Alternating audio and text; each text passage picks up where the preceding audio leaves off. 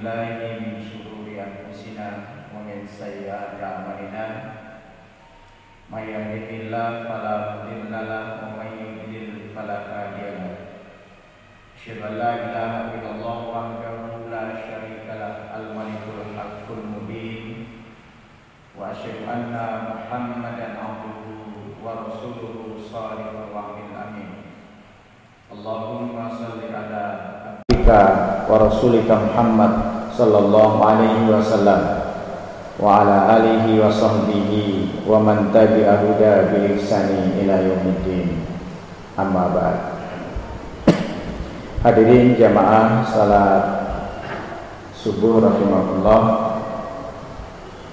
Puji dan syukur mari kita panjatkan kehadirat Allah Subhanahu wa taala yang telah banyak melimpahkan nikmat pada kita sehingga pada subuh hari ini kita dibangunkan oleh Allah dari tidur kita masing-masing sehingga kita bisa menghadiri salat subuh secara berjamaah dan kita lanjutkan dengan taklim. Semoga kehadiran kita mendapatkan ridha dan berkah dari Allah Subhanahu wa taala. Amin. Salawat serta salam pada junjungan kita Rasulullah Muhammad sallallahu alaihi wasallam, pada keluarga, sahabat dan insyaallah juga kepada seluruh umat dan pengikutnya. Jamaah rahimakumullah, pada pekan yang lalu kita sampai pada ayat 110 surah Ali Imran, di mana pada ayat itu Allah menjelaskan bahwa Allah menyebut umat Muhammad itu sebagai khairul umat, sebaik-baiknya umat. Disebut sebagai khairul umat karena memang di dalam umat Muhammad itu ada dua ciri yang menonjol atau ciri yang baik, yaitu ta'muruna bil ma'ruf wa tanhauna 'anil munkar. Mereka senantiasa berada dalam selalu mengajak orang atau selalu memerintahkan orang berbuat baik dan menyuruh orang atau melarang orang agar tidak melakukan yang munkar. Kemudian yang kedua, tu'minuna billah, mereka tetap menjadi hamba Allah yang beriman. Jadi ya'muruna bil ma'ruf wa yanhauna 'anil munkar. Yang kedua adalah tu'minuna billah, mereka senantiasa beriman. Jadi dengan iman dan amar ma'ruf nahi munkar inilah yang menempatkan posisi umat Muhammad disebut oleh Allah sebagai khairul umat. Kemudian kita lanjutkan pada ayat 111. A'udzubillahi minasyaitonir rajim. La yadurrukum illa adza wa in yuqatilukum yuwallukumul adbar tsumma la yunsarun. La yadurrukum illa adza, sekali-kali mereka tidak akan bisa membuat adza, mambarat. Hadirin, kita tahu bagaimana usaha orang-orang Madinah, terutama Yahudi dan Nasrani, ingin menjatuhkan Nabi, ingin merusak citra Nabi dan sebagainya di kota Madinah itu. Dan segala cara mereka lakukan, mulai dari cara-cara yang halus sampai cara yang paling kasar, itu dilakukan oleh mereka. Mulai dari gaya adu domba mereka gitu ya, mulai gaya orang-orang muslim dikurangi berdagang dengan mereka, itu cara-cara yang mereka lakukan. Jadi cara-cara yang mereka lakukan. Tapi Allah mengatakan la yadurrukum illa adza, mereka sesekali tidak bisa membuat madharat terhadap kamu, bisa membuat celaka yang besar, itu nggak bisa. Karena apa? Yakin bahwa orang yang beriman, orang yang teguh dengan pendirian, yang istiqomah dengan keimanannya, ia selalu mendapatkan penjagaan dari Allah. Nah, illa adza, kecuali hanya apa? Adza itu hanya hanya mudarat kecil aja. Satu contoh, mereka ngejek Nabi, mereka mengejek umat Muhammad dan lain sebagainya. Diejek-ejek, kalau sakit hati ya memang. Tapi kalau membuat mudarat yang lebih dahsyat daripada itu, mereka nggak sanggup, karena Allah akan melindungi. Gitu ya. Jadi mereka akan melindungi.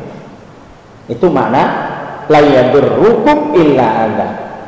Sekali-kali mereka tidak dapat membuat mudarat pada kamu selain gangguan dan celaan-celaan kecil aja.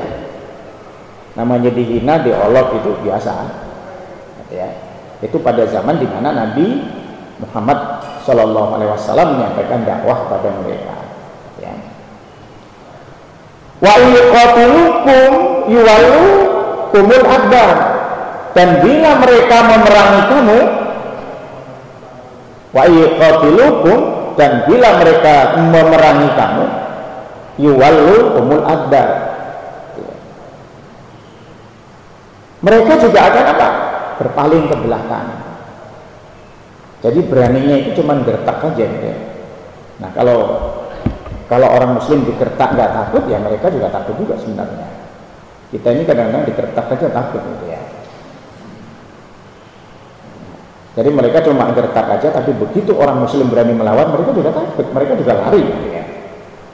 Mereka berpaling itu lari, berbalik arah gitu ya. Jadi berbalik arah gitu ya. Berbagai kasus peperangan yang terjadi pada zaman Rasulullah SAW membuktikan bahwa orang muslim itu kalau dia ikhlas kepada Allah, dia istiqomah dalam beragama, dia pasti dilindungi oleh Allah gitu ya. Saya kira kita tahu sebuah peperangan yang perang terbesar di dalam Islam, yaitu perang Badar. Itu dari sisi perhitungan secara akal tidak mungkin seorang muslim menang. Kenapa? Jumlahnya peralatan, jumlahnya pasukan antara orang-orang muslim dan orang-orang kafir itu jauh berbeda, 1 banding 3, 1000 lawan 300. Tapi faktanya karena memang orang muslim itu ikhlas, orang muslim itu istiqamah, ya Allah menangkan juga gitu ya. Itu contoh gitu ya. Jadi contoh. Tapi memang untuk istiqamu, mereka istiqamah di dalam beragama memang bukan persoalan yang mudah. Itu perlu waktu yang lama sehingga membina hati, meluruskan hati untuk ikhlas karena Allah itu sulit memang gitu ya. Jadi sulit. Itu contoh. Wa yuqatilukum, dan bila mereka memerangi dirimu, yuwallukumul adbar, dia lari lah gitu ya. Jadi kalau orang muslim berani melawan betul, dia lari gitu ya. Lari. Bahkan di dalam ayat yang lain Allah mengatakan, kalau kamu takut menghadapi orang kafir itu takutnya bisa berkali-kali lipat dibandingkan dengan kamu. Jadi yang takut mati, mohon maaf gitu ya, yang takut ketika perang itu bukan hanya orang muslim saja, orang kafir itu jauh lebih takut lagi gitu ya. Kalau di antara orang muslim yang berangkat berperang, berjihad itu adalah takut mati, maka orang-orang kafir itu jauh lebih takut daripada itu. Maka itu hiburan bagi orang-orang muslim, jangan takut gitu ya. Jadi jangan takut aja gitu ya. Summa la yunsarun, kemudian mereka tidak ditolong oleh Allah. Tidak ditolong oleh Allah itu artinya apa? Mereka dibiarkan oleh Allah, tidak ada pertolongan kecuali mereka cuma menolong diri mereka sendiri kalau sanggup berhadapan dengan orang-orang muslim. Tapi kalau tidak sanggup ya mereka lari dan sebagainya. Nah dari ayat tersebut ada beberapa kesimpulan yang bisa kita tarik gitu. Yang pertama bahwa kita harus yakin bahwa orang kafir itu selamanya tidak bisa mendatangkan sebuah kemudaratan yang besar buat kita. Jadi tidak dapat menghadirkan sebuah kemudaratan bagi kita. Kalaupun toh menimbulkan kemudaratan, itu hanya sekedar ejekan-ejekan kecil yang membuat kita sakit hati. Kemudian yang kedua, kalau mereka berperang dengan kamu, pastilah mereka melarikan diri. Jadi kocar-kacir mereka melarikan diri. Kemudian yang ketiga, perlu diingat bahwa mereka tidak pernah ditolong oleh Allah Subhanahu wa ta'ala. Itu pada ayat 111. Duribat alaihimud dhillah aynama sukifu illa bihablin minallah wa hablin minan nas. wa ba'u bi ghadabin min Allah wa duribat 'alaihimul maskanah dzalika bi annahum kanu yakfuruna bi ayatillah wa yaqtulunal anbiya bi ghairi haqq dzalika bima asaw wa kanu ya'tadun. Duribat 'alaihimud dhillah, mereka diliputi kehinaan dimanapun. Jadi barang siapa yang kufur kepada Allah, tidak pernah dia mendapatkan kemuliaan di dunia. Dia dihinakan oleh Allah di dunia dan di akhirat. Bukan hanya di dunia saja. Di dunia mereka dihinakan oleh Allah, di akhirat juga. Yang paling berat lagi di akhirat. Jadi dihinakan oleh Allah. Nah, kalau Allah sudah menghinakan pada mereka, tidak ada salah seorang pun di antara mereka yang bisa menolong. Cuman kadang-kadang kita ini sebagai seorang muslim menghadapi kekejaman, menghadapi fitnah, menghadapi cobaan orang-orang kafir terhadap kita itu kadang-kadang kita tidak sabar gitu ya. Jadi tidak sabar dalam arti seolah-olah mereka yang mulia di mata kita gitu kadang-kadang itu. Karena mereka banyak harta, karena mereka punya kedudukan, kadang-kadang kita merasa kecil di hadapan mereka ya. Padahal pada ayat yang lain Allah mengatakan la yaghurrannaka taqallubul ladzina kafaru fil bilad mata'un qalil summa ma'wahum jahannama wa bi'sal mihad, kata Allah. Kamu jangan pernah terheran-heran, kalau orang Jawa itu, kamu jangan pernah gumun gitu ya. Taqallubul ladzina kafaru fil bilad, tentang sepak terjang orang-orang kafir di negerimu. Dia menjadi penguasa, dia menjadi hartawan, dia punya nama besar di hadapan manusia. La taqallubul ladzina kafaru fil bilad, jangan pernah kamu heran dengan dia, biasa-biasa aja. Cuman kadang-kadang kita ini berhadapan dengan orang kafir, kadang-kadang hormat kita itu berlebihan kadang-kadang itu. Jadi hormat kita itu berlebihan. Hormat kita berlebihan itu di hadapan dia, apa yang dia katakan kita seolah-olah bilang sami'na wa ata'na gitu ya. Kami dengarkan, kami taati. Mereka tidak lebih mulia daripada orang yang beriman. Kendati pun mereka penguasa, kendati pun mereka banyak harta, tidak pernah ada kemuliaan di mereka. Maka Allah bilang dzuribat 'alaihimud dhillah, mereka selalu diliputi dengan kehinaan. Ainama sukifu, dimanapun mereka berada. Jadi dimanapun mereka berada, illa bihablin minallah, kecuali mereka berpegang teguh dengan tali Allah, wa hablin minan nas, dan mereka berpegang teguh dengan ikatan mereka dengan manusia. Jadi kecuali mereka tobat kepada Allah, lalu mereka berpegang pada tali Allah, kembali kepada kebenaran, lalu mereka tidak mengingkari. Nah, ayat ini sesungguhnya masih terkait dengan orang-orang Yahudi di Madinah, bahwa orang-orang Yahudi di Madinah itu dilingkupi kehinaan karena apa? Ya karena mereka melawan Allah Subhanahu wa taala. Mereka tidak berpegang teguh pada tali Allah Subhanahu wa taala. Wa hablum minan nas, mereka juga tidak berpegang teguh pada ikatan mereka dengan manusia. Artinya mereka sering ketika hidup bersama Nabi lebih banyak mengkhianati perjanjian. Jadi lebih banyak mengkhianati perjanjian.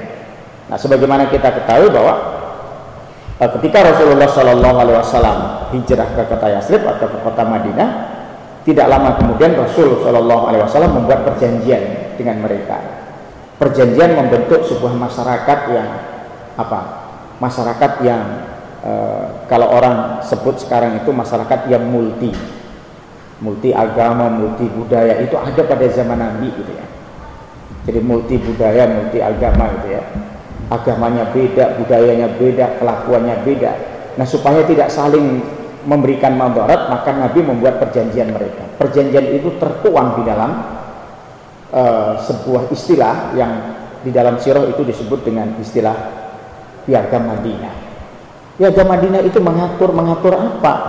Mengatur perjanjian antara Nabi dengan orang-orang Yahudi, dengan orang-orang Nasrani, juga dengan orang-orang musyrik sekalipun. Jadi Nah setelah diatur, mereka taat, bagus. Tapi ternyata mereka enggak, mereka sebagian di antara mereka juga ada yang suka mengkhianati.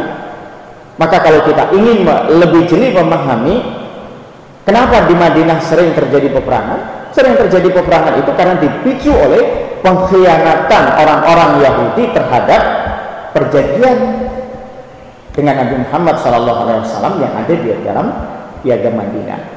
Jadi lebih banyak pada pengkhianatan. Hampir tidak pernah didapatkan bahwa Nabi melakukan sebuah peperangan itu karena apa? Karena Nabi ingin memaksa agar mereka masuk Islam. Itu tidak pernah ada dalam sejarah.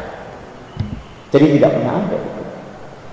Jadi mayoritas peperangan yang dilakukan oleh Rasulullah hanyalah peperangan untuk mempertahankan diri terhadap pengkhianatan komunitas orang-orang Yahudi yang berada di Madinah. Coba kalau kita baca secara lengkap sirah, akan seperti itu. Jadi jangan diputar balik bahwa orang muslim itu suka perang, suka menaklukkan orang, suka orang memaksa beragam. Enggak seperti begitu.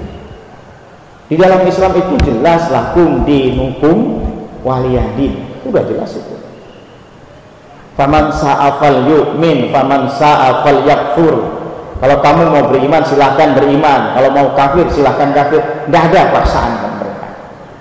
Jadi jangan diartikan bahwa ketika Nabi melakukan sebuah peperangan itu karena memaksa agar mereka masuk Islam. Tidak ada seperti itu. Gitu ya. Jadi tidak ada seperti itu. Nah kaitannya dengan ayat ini apa? Kaitannya bahwa orang Yahudi itu sering tidak berpegang teguh pada perjanjian yang mereka buat. Jadi sering membuat onar mereka itu. Mereka itu sering mengkhianati perjanjian yang sudah disepakati bersama Rasulullah SAW. Maka Allah bilang, duribat, gitu ya, alaihimudillah, mereka ditimpa kehinaan, ainama sukifu, dimanapun mereka berada, illa bihablim minallah, kecuali mereka berpegang teguh dengan tali Allah, dengan agama maksudnya itu. Wahablum minan nas, dan mereka berpegang teguh dengan hablum minan nas, yaitu hubungan di antara manusia. Waba'u bi ghadabin min Allah, mereka mendapatkan kemurkaan dari Allah. Duribat alaihimul maskanah, mereka diliputi apa? Alaihimul maskanah, ya, kerendahan, jadi direndahkan oleh Allah. Jadi direndahkan oleh Allah. Kenapa mereka direndahkan oleh Allah? Dzalika bi annahum kanu yakfuruna bi ayatillah. Karena sesungguhnya mereka itu mengingkari ayat-ayat Allah. Jadi mereka kafir atau mereka kufur terhadap ayat-ayat Allah, wa yaqtulunan anbiya, dan mereka membunuh nabi-nabi mereka bi ghairil haq, dengan cara yang tidak hak. Jadi umat yang terkenal sangat sadis itu kan memang Yahudi. Karena apa? Nabinya saja dibunuh, apalagi orang lain. Dia tidak takut, dia tidak takut dengan Allah, tidak takut kualat kalau orang bilang itu. Jadi, nabinya saja dibunuh. Maka dulu pernah saya sampaikan, jangankan orang Palestina ya, yang dianggap sebagai musuh bebuyutan, jangankan orang Muslim yang dianggap sebagai musuh bebuyutan, nabinya saja itu dibunuh. Bagaimana orang membunuh nabi itu tidak takutkah ada akhirat yang dahsyat itu? Betul-betul memang sadis gitu ya.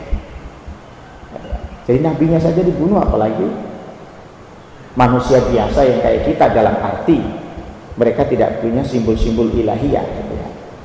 Wa yaqtulunal anbiya, mereka membunuh nabi mereka bi ghairil haq. Dzalika bima asaw, demikian itu karena mereka asaw ya. Asaw itu melakukan kemaksiatan, melampaui batas gitu ya.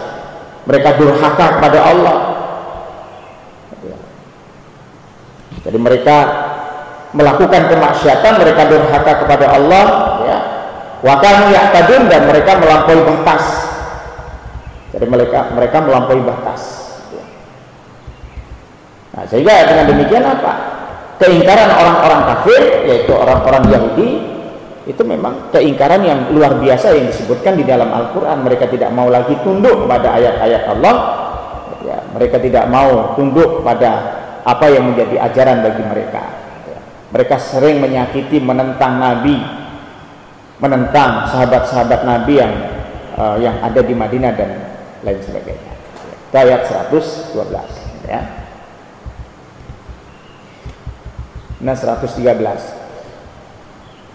Laisu sawa'an min ahlil kitab ummatun qa'imatu yatluna ayatillah ana al-lail wa hum yasjudun. Hadirin, ayat 113 ini Allah ingin bedakan bahwa ternyata ada sebagian kecil gitu ya, orang Yahudi itu baik. Kalau dalam kalau dalam ayat 110 kemarin kan minhumul mu'minun wa aktsaruhumul fasiqun kan gitu ya. Di antara mereka ada yang beriman tapi mayoritas mereka fasik gitu ya. Jadi di antara mereka ada yang beriman tapi mayoritas mereka fasik. Itu disebutkan oleh Allah juga Yahudi dan Nasrani juga. Nah, pada ayat ini Allah mengatakan laisu sawa'an min ahlil kitab. Di antara ahli kitab itu ada yang tidak sama. Apa tidak samanya? Gitu ya. Ummatun qa'imatun yatluna ayatillah. Di antara mereka itu ada sekelompok yang qa'imatun. Qa'imatun itu artinya orang-orang yang lurus. Nah, yang lurus itu ya yang masuk Islam itu.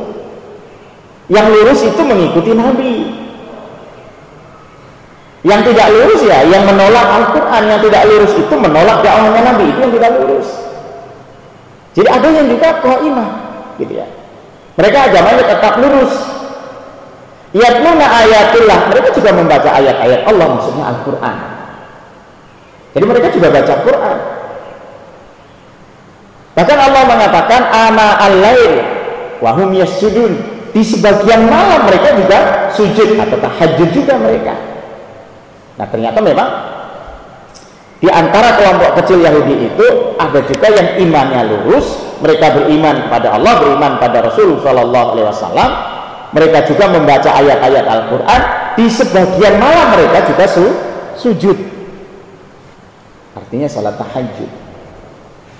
Nah, yang terkenal di dalam sirah itu kan disebutkan kelompok siapa ya? Kelompok Abdus Salam, Abdul Ubaid, Abdul In'am dan lain-lain itu. Itu yang disebutkan, yang paling terkenal itu kelompok. Dan kelompok itu nggak banyak gitu. Jadi kelompok itu tidak banyak ya. Maka pantas saja kalau Quran menyebut ya di antara mereka ada yang beriman tapi mayoritas mereka ingkar ya. Atau mayoritas mereka fasik.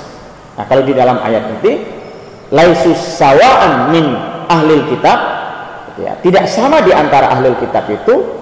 Ada juga yang ummatun qa'imah, yaitu mereka yang lurus agamanya. Yang lurus agamanya ada yang mengikuti Nabi Muhammad. Yatluna ayatillah, mereka juga membaca ayat-ayat Allah, maksudnya membaca Al-Quran juga. Ana al-laili wa hum yasjudun.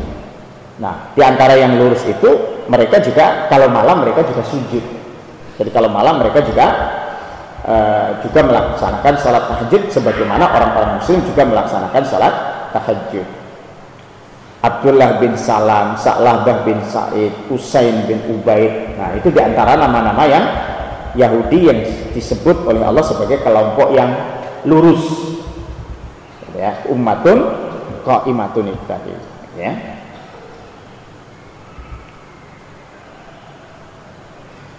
Nah, kemudian ciri berikutnya pada ayat 114 itu masih terkait dengan 113. Nah, jadi kelompok Yahudi itu tadi yang mereka yatluna al-kitab gitu ya, atau apa namanya yang qa'imatun itu tadi, yang imannya lurus gitu ya, yang imannya lurus, yang mereka juga sujud di waktu malam gitu ya. Dijelaskan oleh Allah ciri mereka juga di dalam 114 surat Al-Imran ini. A'udzubillahi minasyaitonirrajim. Yu'minuna billahi wal yaumil akhir wa ya'muruna bil ma'rufi wa yanhauna 'anil munkar wa yusari'una fil khairat ulaika minas sholihin. Nah, jadi kata Allah begini, mereka itu juga yu'minuna billah, mereka juga beriman kepada Allah. Beriman kepada Allah itu berarti mengikuti Nabi Muhammad. Wa ya'muruna bil ma'ruf, mereka juga menyuruh yang baik-baik. Wa yanhauna 'anil munkar, mereka juga mencegah yang munkar. Wa yusari'una fil khairat, mereka juga segera menuju kepada kebaikan. Lengkap Pak sesungguhnya mereka. Jadi mereka yang lurus itu ya sifatnya seperti orang muslim juga, gitu ya. Mereka membaca ayat Allah, imannya qaimah, gitu ya. Qaimah itu istiqomah, gitu ya. Mereka juga ana al-laili wa hum yasjudun, mereka juga sujud di waktu malam. Mereka juga yu'minuna billahi wal yaumil akhir, beriman pada Allah dan hari akhir. Mereka juga ya'muruna bil ma'ruf wa yanhauna 'anil munkar, mereka juga memerintahkan yang baik dan mencegah yang munkar. Wa yusari'una fil khairat, mereka juga segera mengerjakan kebaikan. Ya. Nah, kemudian di ujung ayat Allah mengatakan wa ulaika minas sholihin, mereka itu termasuk orang-orang yang salih. Nah, salih juga. Jadi mereka orang-orang yang salih juga. Sebagaimana orang-orang muslim yang soleh juga ya. Nah mereka nanti di akhirat diberikan juga kebaikan oleh Allah, mereka juga diberikan pahala oleh Allah sebagaimana pengikut Muhammad yang juga mereka mendapatkan itu semuanya di hadapan Allah Subhanahu wa ta'ala. Mereka menyempurnakan amal mereka dengan sifat-sifat yang baik, mereka berusaha untuk menyelamatkan orang lain dari kesesatan ya. Atau mereka juga fastabiqul khairat, mengerjakan kebaikan, berlomba-lomba dalam kebaikan. Nah mereka itu semuanya dengan ciri-ciri yang sama dengan orang-orang yang muslim itu.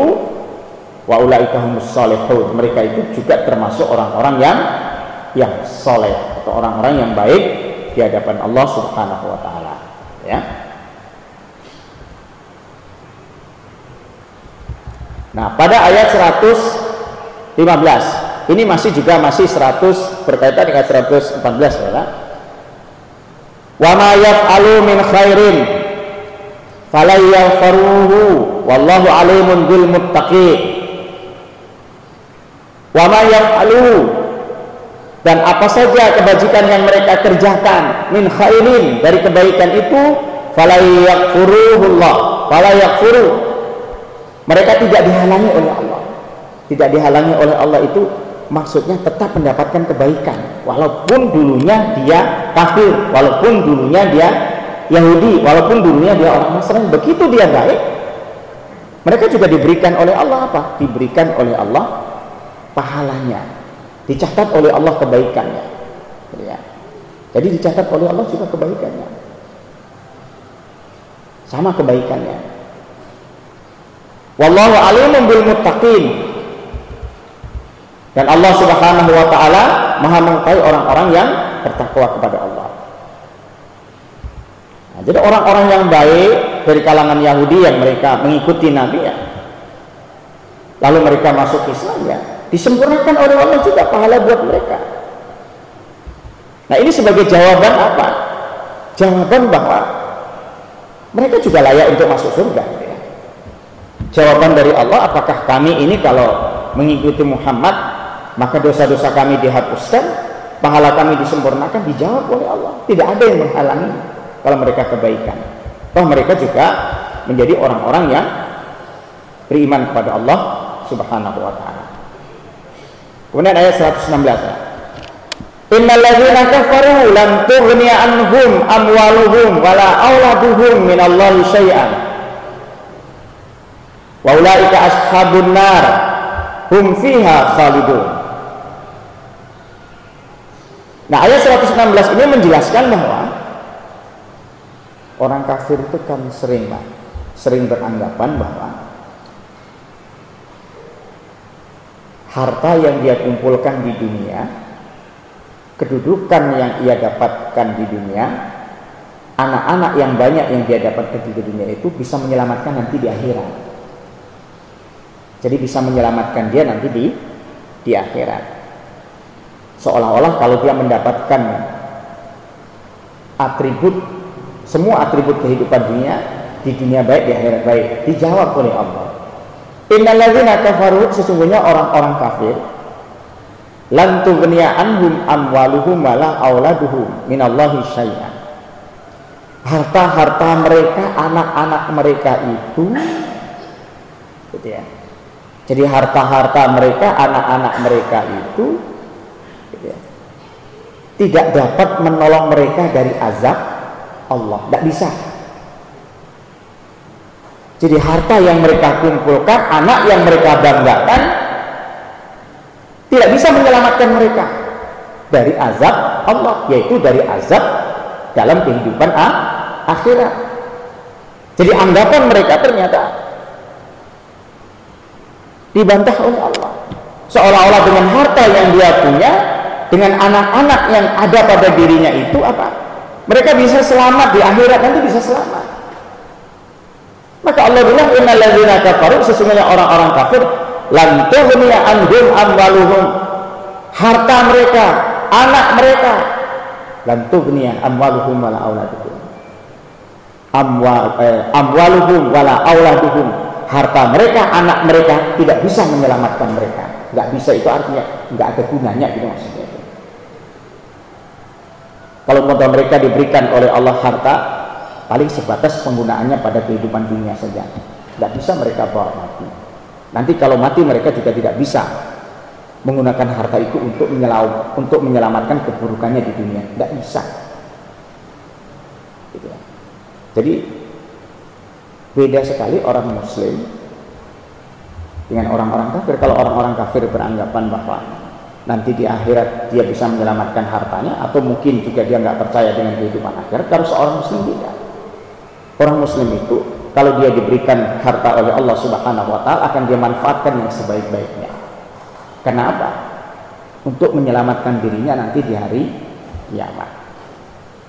Kalau mereka diberikan oleh Allah keturunan, orang-orang mukmin, orang Muslim, mereka juga akan berusaha menjadikan keturunan itu menjadi keturunan yang saleh dan salihah. Kalau menjadi yang saleh dan salihah, itu bisa menyelamatkan dirinya nanti di akhirat. Kalau orang kafir tidak, harta yang dia dapatkan di dunia, dinikmati di dunia, dibanggakan di dunia, anaknya dibanggakan di dunia ini, tapi di akhirat tidak bisa menyelamatkan semua. Semua orang bertanggung jawab atas diri mereka sendiri. Tidak ada. Nanti dalam surat Luqman itu Allah jelaskan, seorang anak nggak bisa menolong seorang bapak juga nggak bisa menolong seorang anak. Janji Allah itu pasti benar. Itu ayat-ayat yang menjelaskan. Ya. Nah, jadi innal ladzina kafaru, sesungguhnya orang-orang kafir, lan tughni anhum amwaluhum wala auladuhum minallahi syai'an. Harta mereka dan anak-anak mereka nggak bisa menyelamatkan mereka dari azab Allah di akhirat nanti. Wa ulaika ashabun nar hum fiha khalidun, dan mereka itu ashabun nar, penghuni neraka, hum fiha khalidun, dan mereka kekal di dalamnya. Hadirin, kalau kita ini sering baca ayat Quran, ketika Allah di awal surat atau di awal ayat menjelaskan tentang kekafiran, itu rata-rata ayat itu senantiasa diakhiri oleh Allah dengan ulaika ashabun nar hum fiha khalidun. Maknanya apa? Maknanya kekafiran itu ketika terbawa sampai mati, mengakibatkan orang yang mati dalam kekafiran itu masuk neraka khalidun, selama-lamanya. Nggak pernah dia mentas, nggak pernah dia keluar dari neraka, gitu.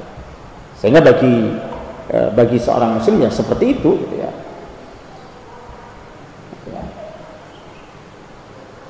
Nah, ayat ini kalau kita baca di dalam tafsir Ibnu Katsir, ayat ini turun berkenaan dengan orang-orang Yahudi dan orang-orang musyrik yang senantiasa mencerca, menghina Nabi beserta pengikutnya. Jadi mencerca Nabi, menghina Nabi beserta pengikutnya. Dia sering mengatakan pada Nabi, coba, kalau Muhammad itu benar, apa yang dibawa oleh Muhammad itu benar, kenapa sih Muhammad dan pengikutnya itu jadi orang-orang miskin? Kenapa Muhammad itu jadi orang-orang miskin? Jadi orang miskin ya. Itu hinaan orang-orang Yahudi ketika mereka tinggal di Madinah bersama Nabi. Coba, kalau Muhammad itu benar, yang disampaikan Muhammad benar, kenapa mereka itu miskin? Sedangkan kami ini banyak harta, kami ini banyak anak. Nah, mereka banggakan seperti itu. Jadi mereka sering menghina Nabi. Kenapa Muhammad itu rata-rata orang-orang miskin? Kami orang-orang Yahudi di Madinah itu kami kaya, kami banyak anak, kami lebih mulia. Kenapa? Karena mereka mengukur kemuliaan itu dari banyaknya harta dan banyaknya anak yang dia punya. Maka dijawab oleh Allah dengan ayat tersebut gitu ya. Orang-orang yang kafir kepada Allah itu harta mereka dan anak mereka sesekali tidak bisa menyelamatkan mereka dari siksa Allah di akhirat. Jadi cercaan mereka dijawab oleh Allah, seolah-olah Allah ingin mengatakan, Yahudi, sesungguhnya hartamu dan anak-anakmu itu nggak bisa menyelamatkan dirimu dari siksa Allah nanti di akhirat, nggak bisa. Kamu tetap saja diancam oleh Allah dengan siksa di akhirat. Harta dan anakmu tidak sanggup untuk menyelamatkan itu semua. Jadi jangan beranggapan bahwa umat Muhammad itu miskin. Muhammad itu yang dibawa kebenaran, tapi umatnya senantiasa miskin. Ya. Nah, kemudian di dalam surat Saba ayat 35 Allah mengatakan, kaitannya dengan 116 tadi Pak ya. Wa qalu nahnu aktsaru amwalan wa auladan wa ma nahnu bimu'adzibin. Nah, ini klaim mereka. Wa qalu, mereka mengatakan, nahnu aktsarul amwal, kami ini banyak harta. Wa aulad, kami ini banyak anak. Wa ma nahnu bimu'adzibin, dan kami sesekali tidak disiksa oleh Allah. Itu pernyataan mereka. Ya mungkin saja mereka di dunia memang belum disiksa oleh Allah. Kami banyak harta, kami banyak anak, dan kami tidak disiksa oleh Allah. Ini pengakuan mereka di dunia. Ya. Jadi pengakuan mereka di dunia, banyak anak, banyak harta, kami juga nggak disiksa oleh Allah. Itu kan klaim mereka. Tapi kan dijawab oleh Allah pada ayat 116 bahwa harta orang-orang kafir, gitu ya, harta orang-orang kafir, anak-anak orang kafir itu tidak bisa menyelamatkan mereka dari siksa Allah Subhanahu wa ta'ala. Sehingga apapun yang mereka dapatkan di dunia, baik harta ataupun anak mereka, justru di akhirat apa? Di akhirat mereka akan mendapatkan siksa dari Allah Subhanahu wa ta'ala. Saya kira demikian apa yang bisa saya sampaikan pada pagi hari ini. Semoga ada manfaatnya. Kita akhiri demikian. Hadanallahu wa iyyakum ajmain. Wa lafa minkum. Assalamualaikum warahmatullahi wabarakatuh.